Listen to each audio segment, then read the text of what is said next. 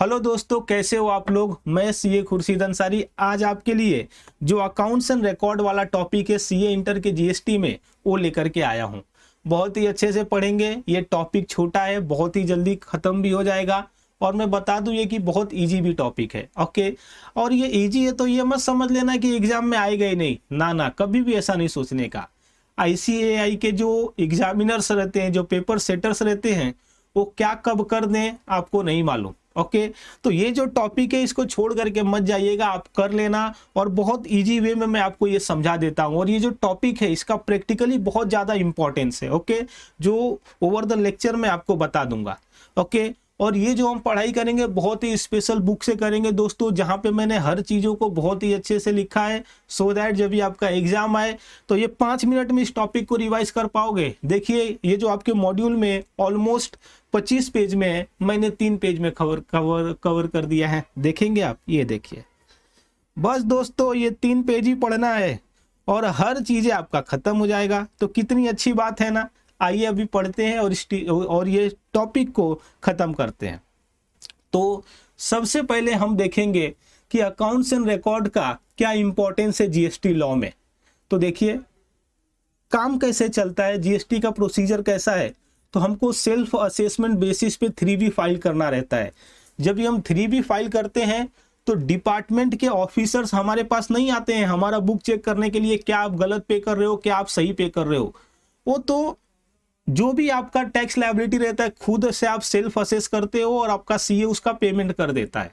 Okay, हाँ, लेकिन जहां पे गवर्नमेंट को कुछ धोखाधड़ी दिखता है, लाइक लेजर्स मैच नहीं होते हैं। लेजर्स मींस यहाँ पे जो भी, जैसे कि आपने आईटीसी एक्सेस क्लेम कर लिया है, उसके बाद से जो आपने R1 में टर्नओवर रिपोर्ट किया है, सेल रिपोर्ट किया है, 3B में कम दिखाया है। ओके, तो यहाँ पे अभी डिपार्टमेंट क्या करती है, या फिर डिपार्टमेंट को और भी कहीं से कुछ मालूम पड़ता है तो वो आप पे असेसमेंट बैठाती है। अभी जीएसटी के ऑफिसर्स आते हैं, तो जो जीएसटी के ऑफिसर्स आएंगे वो कैसे देखेंगे कि जो आपने रिपोर्ट किया वो सही है कि गलत है। बट ऑब्वियस उनको तो बुक्स ऑफ अकाउंट से ही मैचिंग करना पड़ेगा ना। अकाउंट्स एंड रिकॉर्ड जो आपने मेंटेन किया है और जो आपने फाइलिंग किया है 3B में, R1 में जो सेल्स दिखाया है, परचेस दिखाया है, उसको मैच तो करेंगे ना, देन ही उनको मालूम पड़ेगा कि क्या सही है क्या गलत है। इसीलिए गवर्नमेंट ने अकाउंट्स एंड रिकॉर्ड के लिए प्रोविजन बना करके रखा है दोस्तों सीजीएसटी एक्ट 2017 में। और आप देखोगे तो यहाँ पे 2 सेक्शन है जो अकाउंट्स एंड रिकॉर्ड के रिलेटेड हैं, सेक्शन 35 एंड सेक्शन 36, जिसका बहुत ही अच्छे से हम पढ़ाई करेंगे। ओके, इंपॉर्टेंस तो आप समझ गए।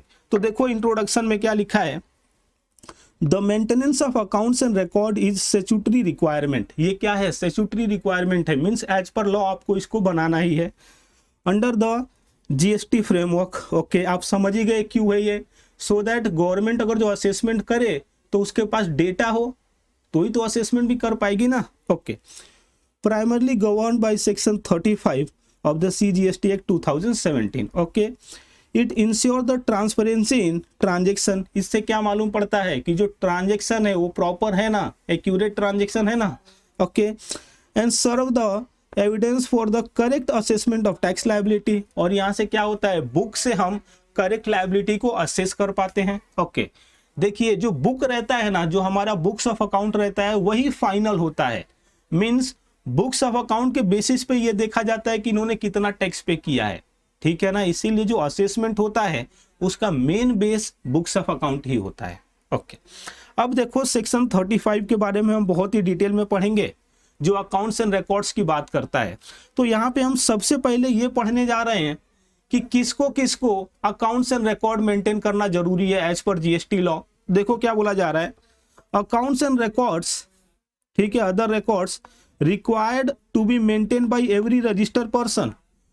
तो जो भी जीएसटी में रजिस्टर है सभी रजिस्टर्ड पर्सन को अकाउंट्स एंड रिकॉर्ड मेंटेन करना है। ओके, आगे देखो क्या बोला जा रहा है, कुछ स्पेसिफाइड अनरजिस्टर्ड पर्सन भी हैं जिनको अकाउंट्स एंड रिकॉर्ड मेंटेन करना पड़ेगा।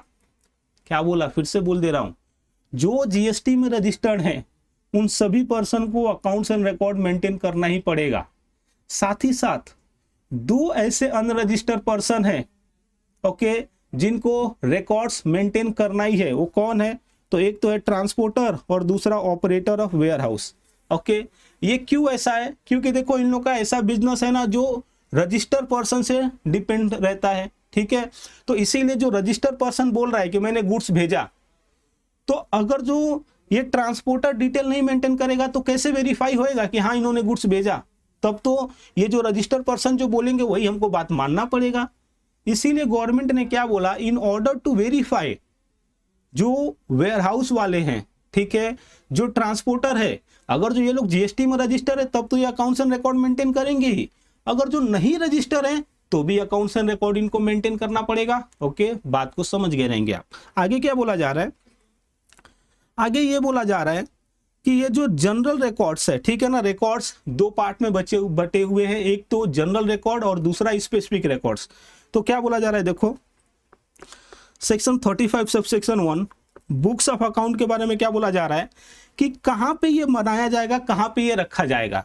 तो ऐसा बोला जा रहा है कि जो प्रिंसिपल प्लेस ऑफ बिजनेस रहता है, जब भी रजिस्ट्रेशन सर्टिफिकेट रहता है उसमें प्रिंसिपल प्लेस ऑफ बिजनेस दिखता है और एडिशनल प्लेस ऑफ बिजनेस दिखता है।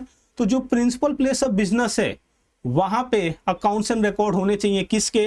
प्रिंसिपल प्लेस ऑफ बिजनेस के तो होने ही चाहिए, और एडिशनल प्लेस ऑफ बिजनेस के हो भी सकते हैं, नहीं भी हो सकते, होंगे तो अच्छी बात है, नहीं भी होएगा तो एज पर लॉ कोई प्रॉब्लम नहीं है। तो देखो वही बोला जा रहा है, प्रिंसिपल प्लेस ऑफ बिजनेस है तो वहां पे book related to principal place of business तो होना चाहिए, और साथ ही में एडिशनल प्लेस ऑफ बिजनेस हो भी सकता है और नहीं रहे तो भी कोई प्रॉब्लम नहीं, मीन्स व्हाट, ये ऑप्शनल है।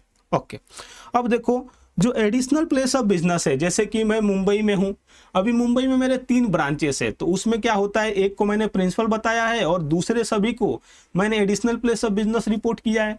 तो जो भी एडिशनल प्लेस ऑफ बिजनेस है वो जो वहां से बिजनेस हो रहा है उसका अकाउंटिंग तो वहां पे होना ही चाहिए। ओके, तो वहां पे बोल रहा है book related to additional place of business, additional place of business पे होना चाहिए। ओके, अभी क्या बोला जा रहा है, book found at unregistered premises. अभी कोई रजिस्टर पर्सन का बुक अनरजिस्टर्ड प्रीमाइसेस पे मिल गया, मतलब ऐसे प्लेस पे मिल गया जो उन लोगों ने एडिशनल प्लेस ऑफ बिजनेस में दिखाया नहीं है, तो क्या बोला जा रहा है, deemed to belong to the registered person. तो ऐसा माना जाएगा कि रजिस्टर्ड पर्सन का ही ये बुक्स ऑफ अकाउंट है। ओके, अब ये जो मैंने बात बोला दोस्तों, इस पे आपके मॉड्यूल में क्वेश्चन नंबर 1 है, तो आइए उसको भी देख लेते हैं, पेज नंबर 20। क्योंकि आप जानते हो मेरा पढ़ाने का तरीका कैसा है, ऐसा तो है नहीं कि बस मैं जो लॉ है, जो प्रोविजन है वही पढ़ा के छोड़ देता हूं, कभी नहीं। मैं क्या करता हूं, प्रोविजन पढ़ाता हूं और आपके जो स्टडी मटेरियल में सम्स है वो सभी सम्स को भी सॉल्व करता हूं। तो आइए इस सम को देख लेते हैं, क्वेश्चन नंबर 1 क्या बोलता है। तो देखिए question number 1, who is required to maintain books of account and at which place in terms of section 35 read with relevant rules. तो ये क्या बोल रहा है, किसको किसको बुक्स ऑफ अकाउंट मेंटेन करना पड़ता है और कहाँ मेंटेन करना पड़ता है। तो वही तो अभी मैं आपको समझाया, तो अकॉर्डिंगली ये आंसर आप लिख सकते हैं। ठीक है, अब आगे बढ़ते हैं। अब देखो, अब बात करते हैं कि कौन कौन से बुक्स ऑफ अकाउंट मेंटेन करने पड़ते हैं। तो देखिए ये जनरल बुक्स ऑफ अकाउंट्स है, और आगे स्पेसिफिक रिकॉर्ड्स के बारे में भी हम बात करेंगे। तो यहाँ पे बोला जा रहा है प्रोडक्शन ऑफ गुड्स। अगर जो आप गुड्स का प्रोडक्शन कर रहे हो तो आपको उसका डिटेल रखना पड़ेगा कि आपने कितना प्रोड्यूस किया, ओके, आपका कितना प्रोडक्शन में चीज़ें यूज हुआ, उसके बाद से आउटपुट कितना निकला, उसके बाद से इन प्रोसेस अभी कितना है, ठीक है ना, जिसको हम वर्क इन प्रोसेस बोलते हैं, वो गुड्स कितना है आपके पास, फिनिश गुड्स कितना है, वो सभी। Inward and outward of goods and services, okay, जो आपके पास गुड्स आया है उसका रिकॉर्ड्स, गुड्स गया है उसका रिकॉर्ड। वैसे ही अगर जो आप सर्विस में डील कर रहे हो, कभी कभी हम ट्रेडिंग इन सर्विस भी करते हैं, तो कितना हमने सर्विस कंज्यूम किया है, देन हमने कितना सर्विस दिया है, वैसा। आगे क्या बोला जा रहा है, स्टॉक ऑफ गुड्स, इसमें आपको क्या मेंटेन करना है, ओपनिंग स्टॉक आपके पास कितना था, then during the year use कितना हुआ, आपने परचेज कितना किए, उसके बाद से क्लोजिंग स्टॉक क्या है, वैसा। उसके बाद से आईटीसी अवेल्ड के बारे में आपको बताना है, ठीक है। आईटीसी अवेल्ड में क्या बताओगे कि ड्यूरिंग द ईयर आपने कौन से महीने में कितना आईटीसी अवेल्ड किया, ओके। उसके बाद से आईटीसी आपने कितना यूटिलाइज किया, वो सभी डिटेल। उसके बाद से output tax payable and paid, आपका during the month, during the year कितना आउटपुट टैक्स पेएबल था, जैसे कि आपका 1 लाख था, आपने उसको पे कैसे किया, आपने कैश लेजर से कितना पे किया, आईटीसी लेजर से कितना पे किया, वो सभी डिटेल बनाइए आप, ओके। आगे अदर पर्टिकुलर एज में बी प्रिस्क्राइब्ड, ठीक है। तो जो कमिश्नर हैं जीएसटी में वो एडिशनल बुक्स के लिए, रिकॉर्ड्स के लिए बोल सकते हैं, तो वो भी आपको मेंटेन करना पड़ेगा। तो देखो क्या बोला जा रहा है, देखो आगे, accounts and record prescribed as per the CGST rules.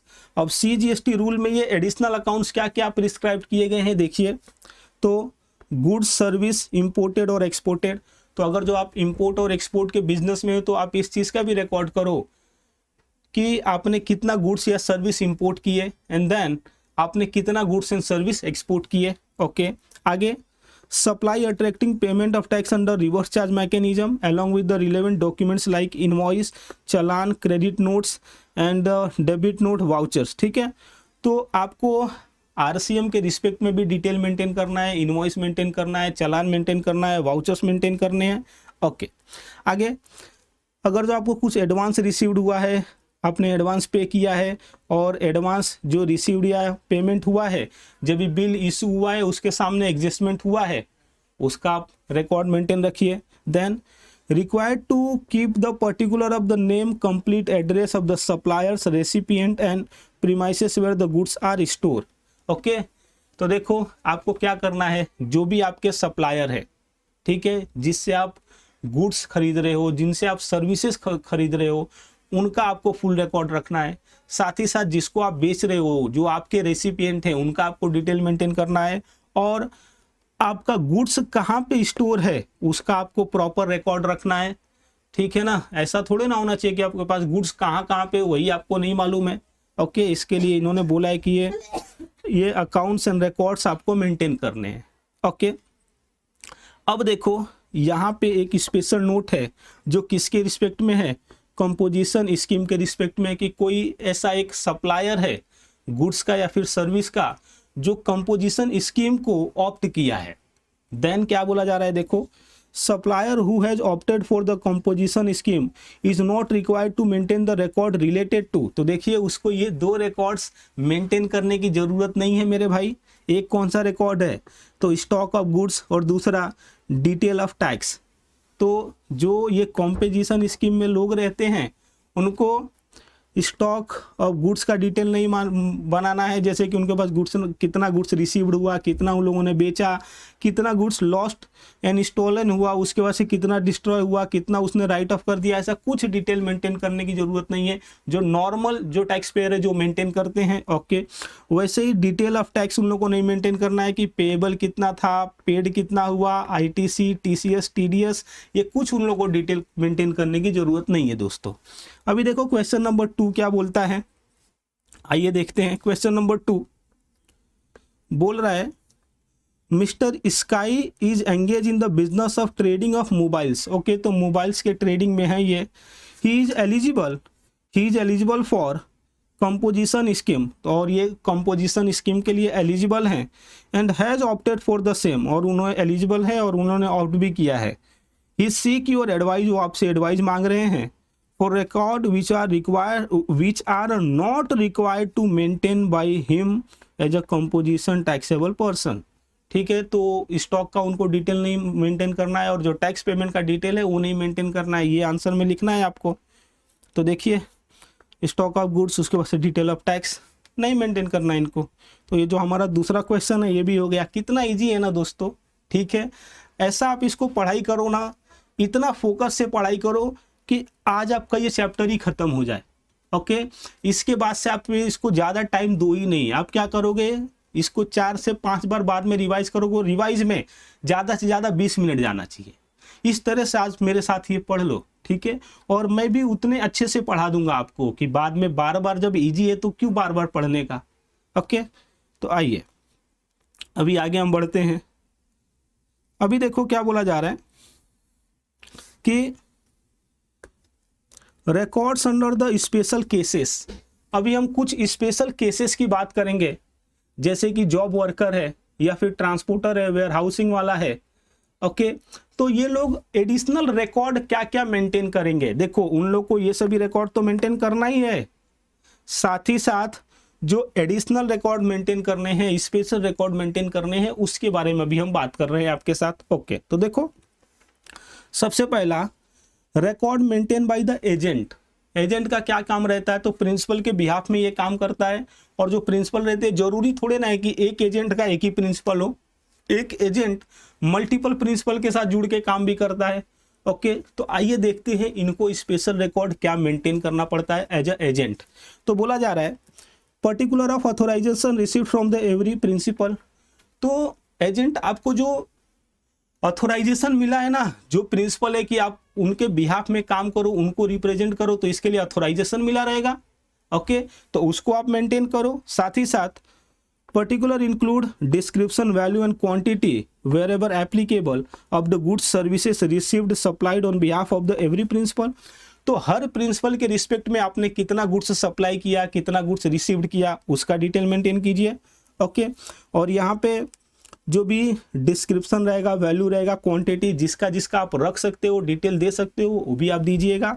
Okay, आगे क्या बोला जा रहा है, detail of accounts furnished to the every principal. ठीक है, तो अभी देखिए ये प्रिंसिपल के बिहाफ में काम कर रहे हैं, तो हर महीने, हर मतलब कि एक पर्टिकुलर टाइम पे, ठीक है ना, पीरियोडिकल बेसिस पे ये बताते रहेंगे प्रिंसिपल्स को कि देखिए इतना सेल हो गया, इतना मेरा कमीशन बन रहा है। तो जो आपका कमीशन बन रहा है, जो पीरियोडिकल रिकॉर्ड्स दिए हो, अकाउंट्स दिए हो, वो सबको क्या करोगे आप मेंटेन करके अच्छे से रखिएगा। ओके, सो दैट जब जीएसटी का ऑफिसर आए और उनको असेसमेंट करना पड़े, ये जानने के लिए कि इन्होंने कितना बेचा है और कितना R1 में रिपोर्ट किया है, तो वो दोनों को मैच कर पाए हो, नहीं तो हालत खराब कर देंगे आपका। ओके, आगे देखिए, tax paid on receipt, supply of goods services effected on behalf of the every principal. तो ये टैक्स पेड का भी डिटेल आपको देखना है, परचेज पे, सेल पे कितना पे किए अपने अपने प्रिंसिपल के लिए एज अ एजेंट। ओके, अब देखो ये जो मैन्युफैक्चरर हैं, ठीक है, उनको क्या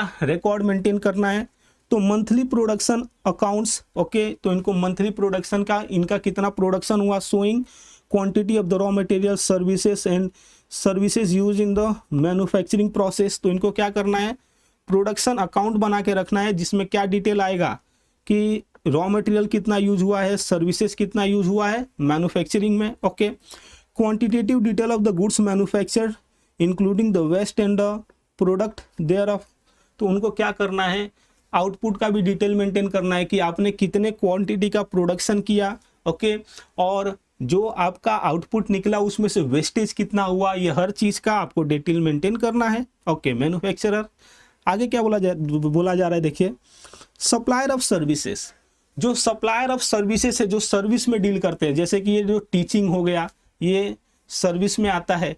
तो ऐसे सभी सिचुएशन में क्या क्या एडिशनल अकाउंट मेंटेन करना है, अकाउंट्स एंड डिटेल्स मेंटेन करना है। तो देखो, quantitative detail of goods use in provision of services. तो आप जो सप्लाई ऑफ सर्विस कर रहे हो, फॉर एग्जांपल ये टीचिंग की सर्विस दे रहे हो, तो इसके लिए आपको क्या क्या चीज़ें खरीदनी पड़ी, आपको चीज़ें खरीदना पड़ेगा ना। जैसे कि टीचिंग की सर्विस दे रहे हैं तो मुझे बुक खरीदना पड़ेगा। ओके, अभी मुझे पढ़ाना है तो कैमरा खरीदना पड़ेगा, टैब खरीदना पड़ेगा, लैपटॉप खरीदना पड़ेगा। तो ये मेरा सभी क्या हुआ, ये गुड्स हुए। ओके, तो उसके बाद से डिटेल ऑफ इनपुट सर्विसेज, क्या आपने किसी का सर्विस लिया, उसका डिटेल मेंटेन कीजिए। डिटेल ऑफ सर्विस सप्लाइड, जो मैंने टीचिंग की सर्विस सप्लाइड की, कितने लोगों को सर्विस सप्लाइड की, कितने लोगों ने मेरा कोर्स खरीदा, कितने लोगों ने मेरा बुक खरीदा।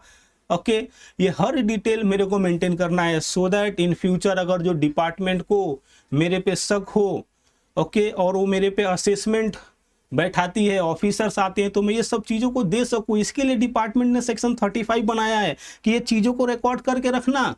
अदरवाइज ऐसा ना हो कि आपने R1 में कुछ दिखाया और जब हम आपके पास आए पूछने के लिए तो आप बोल दो कि हमारे पास तो बुक ही नहीं है। ठीक है, तो जीएसटी के जो ऑफिसर्स है वो ऑडिट कैसे करेंगे, चीज़ों को चेक कैसे करेंगे, इसीलिए ये सब प्रोविजन बनाया गया है। ओके, ठीक है। अब देखो, person executing the works contract. Works contract समझते हैं, आप दूसरे के गुड्स पे कुछ सर्विस कर रहे हैं। जैसे कि ये शर्ट है, तो जो शर्ट बनाया है दूसरे को किसके लिए दिया कि इसमें बटन लगा दे। ओके, वैसा कुछ, या फिर बड़े बड़े जो सामान होते हैं उन पे कलरिंग करना पड़ता है, कुछ डेंटिंग पेंटिंग करना रहता है, तो वो दूसरे को हम देते हैं, तो वो वर्क्स कॉन्ट्रैक्टर होते हैं। ओके, तो इनके बारे में देखो क्या बोला जा रहा है, name and address of the person on whose behalf the work contract is executed. तो आपने किसका किसका वर्क्स कॉन्ट्रैक्ट बेसिस पे काम किया है, सबका डिटेल मेंटेन रखना आप अपने पास। ओके, आगे description, value and quantity wherever applicable of the goods services received for the execution of the works contract। तो ये जो वर्क्स कॉन्ट्रैक्ट एग्जीक्यूट करना था उसके लिए आपने क्या क्या गुड्स लिया, क्या क्या सर्विस लिया, उसका डिस्क्रिप्शन, वैल्यू एंड क्वांटिटी जहां जहां पे पॉसिबल होगा आप मेंटेन कीजिए। Okay. Detail of payment received in respect of the each works contract, जो वर्क्स कॉन्ट्रैक्ट का आपने काम करके दिया उसके लिए कितना पेमेंट मिला, सभी वर्क्स कॉन्ट्रैक्ट का अलग अलग मेंटेन करके रखिएगा आप। ओके। उसके बाद से the name and address of the supplier from home he received the goods और सर्विसेज। ओके। और कहाँ से इन्होंने गुड्स और सर्विसेज रिसीव्ड किया है वो भी डिटेल मेंटेन करना। तो ये वाला क्या था सर, तो वर्क्स कॉन्ट्रैक्ट के लिए क्या क्या मिला है आपको, किस पे काम करना है वो, और ये उस पर आपने क्या क्या यूज किया है चीज़ें वो। ठीक है। अब देखो आगे क्या बोला जा रहा है, कस्टोडियन या फिर क्लियरिंग एंड फॉरवर्डिंग एजेंट जो हैं उनको क्या क्या डिटेल मेंटेन करना है। तो यहाँ पे बोला जा रहा है maintain true and the correct record of the goods handled on behalf of the register person. तो जो रजिस्टर पर्सन है जिसके लिए आप फॉरवर्डिंग एजेंट के जैसा काम कर रहे हो उसके लिए आपने क्या क्या गुड्स को हैंडल किया है वो आपको देखना है। तो goods handle on behalf of the register person. Okay. आगे क्या बोला जा रहा है, and shall produce the detail thereof and when required by the proper officer. ठीक है। और आपको क्या करना है, ये जो आपने डिटेल रखा है जब ये प्रॉपर ऑफिसर को चाहिए, जीएसटी के ऑफिसर को चाहिए तो आपको ये देना पड़ेगा। ओके। ठीक है। अभी ट्रांसपोर्टर को क्या डिटेल मेंटेन करना है, तो देखो ट्रांसपोर्टर रजिस्टर है या अनरजिस्टर है इनको तो मेंटेन करना ही है। ओके। तो देखो क्या बोला जा रहा है, any person engage in the business of transporting goods shall maintain the record of goods transported, delivered and the goods stored in transit by him along with the GSTN of the register consignor and the consignee for the each of his branches। ठीक है ना। तो goods जो उसने transport किया, deliver किया, उसके बाद से इन ट्रांजिट को जो उसने स्टोर किया, ये सब का उसको डिटेल मेंटेन करना है। कंसाइनी कंसाइनर का डिटेल मेंटेन करना है। ओके। GSTN के साथ। ठीक है। अभी देखो special record by the owner operator of the warehouse godown. ठीक है। तो इन लोगों के द्वारा क्या मेंटेन करना है अब हम वो देखने जा रहे हैं। तो यहाँ पे क्या बोला जा रहा है, maintain the record of the consignor, consignee and the other relevant detail. तो consignor, consignee and the other relevant detail maintain करना है of the goods in the prescribed manner. ठीक है। तो जो गुड्स के कंसाइनर है, कंसाइनी है, उनका आपको डिटेल मेंटेन करना है, और जो दूसरे डिटेल हैं वो भी आपको मेंटेन करना है। एक प्रिस्क्राइब्ड मैनर होगा जो रूल में बताया जाएगा उसके हिसाब से। ठीक है। Books of account with respect to the period for which the particular goods remain in the warehouse including the particular relating to the dispatch, movement, receipt and the dispatch of the such goods। तो आपको क्या करना है कि goods कितना दिन तक आपके वेयरहाउस में रहा। ठीक है। और उसके साथ साथ कभी डिस्पैच हुआ, उसका मूवमेंट कभी हुआ, रिसीट कभी हुआ था, disposal of the such goods, ये सभी डिटेल आपको मेंटेन करना है as a warehouse person. Okay. Operator of the warehouse. आगे क्या बोल रहा है देखो कि store the goods in such a manner that they can be identified item wise and the owner wise. क्या बोल रहा है कि आपको इस तरह से अकाउंट मेंटेन करना है ऑपरेटर ऑफ द वेयरहाउस जिससे बाद में ये पता लगाया जा सके कि आपने कौन सा आइटम स्टोर किया था और जो आइटम स्टोर किए थे उसके ओनर कौन थे। ओके। ठीक है। अब देखो यहाँ पे क्वेश्चन नंबर 3 था कि वर्क्स कॉन्ट्रैक्ट के रिस्पेक्ट में, उसको पहले देख लेते हैं, देन क्वेश्चन नंबर 4 भी देख लेंगे। तो आइए क्वेश्चन नंबर 3 क्या बोलता है, mister Harsh Manjula is engage in the business of the works contract services. तो हर्ष मंजुला वर्क्स कॉन्ट्रैक्ट के बिजनेस में है एंड सीक योर गाइडेंस, आपसे वो गाइडेंस मांग रहे हैं। सीए साहब क्या बोल रहे हैं, as to specify record required to maintain by him under GST law if any. तो हमने तो देखा ही, वो इनको बता दीजिएगा आप। ओके। आगे क्या बोला जा रहा है देखिए कि chill chain cold is operating cold storage warehouse and seek your guidance on the GST account and record to be maintain by them in terms of section 35। तो ये भी हमने किया। ओके। अब आइए आगे बढ़ते हैं। आगे हमारा क्या बोला जा रहा है, ये बोला जा रहा है procedure for maintenance of the accounts and records. ये जो बुक्स ऑफ अकाउंट्स को मेंटेन करने की बात आ रही है, उसको कैसे मेंटेन करना है, उसका क्या प्रोसीजर है, उसके बारे में अभी हम पढ़ने जा रहे हैं। तो देखो, रिकॉर्ड्स में be maintain in electronic form, no entry to be erase overwritten. Record में be maintain in electronic forms means, तो अब रिकॉर्ड को आप इलेक्ट्रॉनिकली भी मेंटेन कर सकते हो या फिजिकल फॉर्म में भी मेंटेन कर सकते हो। मीन्स जैसे आपने 11वीं 12वीं में बुक में लिख करके पढ़े थे, या अभी भी सीए में भी जो आप लिखते हो, अकाउंटिंग करते हो, अमालगमेशन का अकाउंटिंग करते हो, पार्टनरशिप का अकाउंटिंग करते हो, उस तरह से भी आप अकाउंट्स मेंटेन कर सकते हो। ओके, जरूरी नहीं है कि इलेक्ट्रॉनिक फॉर्म में ही हो। इलेक्ट्रॉनिक फॉर्म में क्या क्या होता है, सैप होता है, टैली होता है। ओके, वहाँ पे अब देखो, अगर जो इलेक्ट्रॉनिक फॉर्म में आपका अकाउंट्स मेंटेन है, तो ध्यान रखिएगा कि कोई भी एंट्री इरेज नहीं होना चाहिए, ओवर रिटेन नहीं होना चाहिए। क्यों सर ऐसा? क्योंकि देखो, अगर जो बुक में मैं कुछ चीज़ें लिखता हूँ और मुझे उसे कट करना है, तो उसे कट करना पड़ता है और फिर मैं दूसरा कुछ लिख सकता हूँ। लेकिन इलेक्ट्रॉनिक फॉर्म में ऐसा नहीं है ना। इलेक्ट्रॉनिक फॉर्म में अगर जो मैं कोई एंट्री को मॉडिफाई कर दूँ, ओवरराइट कर दूँ, तो पहले का एंट्री क्या था आप मालूम कर पाओगे क्या? नहीं मालूम कर पाओगे। इसीलिए ये लोग क्या बोल रहे हैं कि अगर जो इलेक्ट्रॉनिक फॉर्म में आप अकाउंट मेंटेन कर रहे हो, तो ध्यान रखिएगा, no entry to be erase या फिर ओवर रिटेन। ओके, ठीक है। अब ये जो इलेक्ट्रॉनिक फॉर्म में इसका प्रॉपर बैकअप होना चाहिए, ठीक है, सो दैट बाद में आप ऐसा ना बोलो कि जब ये ऑफिसर्स आए कि हमारा तो डेटा ही उड़ गया, जो पीसी था वही करप्ट हो गया, तो गवर्नमेंट बोली ऐसे नहीं चलेगा। आप अगर इलेक्ट्रॉनिक फॉर्म में डेटा मेंटेन कर रहे हो, तो आपको इतना श्योरिटी रखना चाहिए कि आपके पास प्रॉपर बैकअप रहे, सो दैट जब भी हमको जरूरत पड़े तो हम आपसे मांग सकें। ठीक है। Record to be produce to the officer on demand.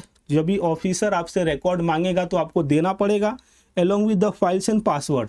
और ऐसा नहीं है जैसे कि आप टैली में देखते रहोगे, बहुत सारे क्लाइंट का आपके पास डेटा आता रहेगा, तो डेटा तो आ जाता है, जब भी टैली ओपन करने जाते हो तो उसका आपको पासवर्ड ही नहीं मालूम रहता है। तो फिर आप क्या करते हो, तो फिर आप अकाउंट जो क्लाइंट रहता है उसको कॉल करते हो, उससे पासवर्ड मांगते हो। कभी कभी ऐसा भी हो जाता है कि वो पासवर्ड देने में आनाकानी करता है, 1-2 दिन निकल जाता है।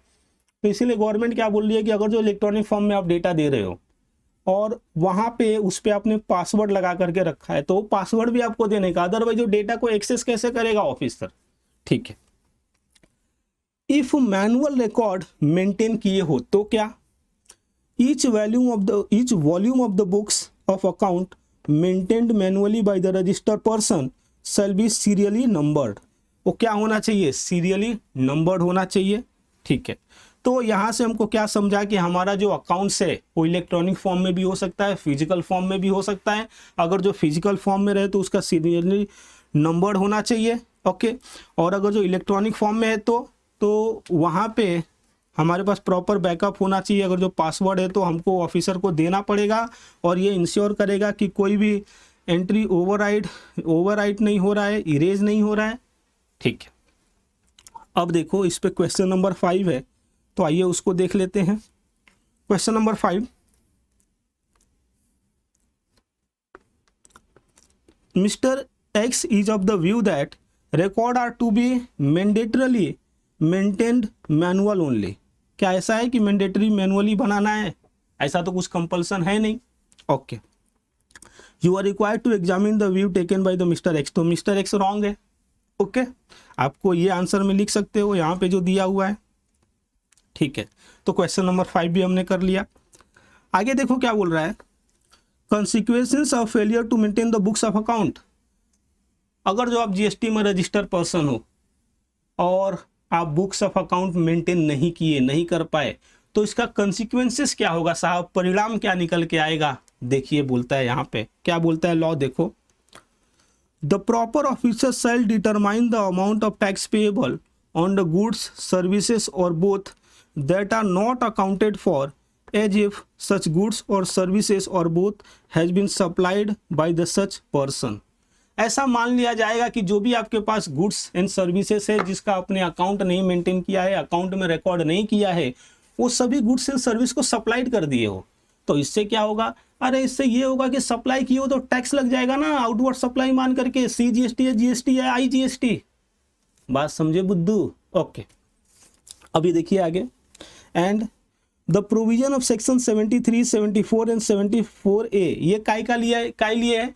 तो डिमांड एंड रिकवरी का सेक्शन है। तो अभी क्या होगा यहाँ पे, ये ऑफिसर्स आपको शोकॉज नोटिस इशू करेंगे कि आपने बुक्स ऑफ अकाउंट नहीं मेंटेन किया, तो ये जो भी मेरे को गुड्स एंड सर्विसेज दिखे आपके गोडाउन में उसको मैं सेल मान रहा हूँ, आइए मेरे को शोकॉज में आप बताइए।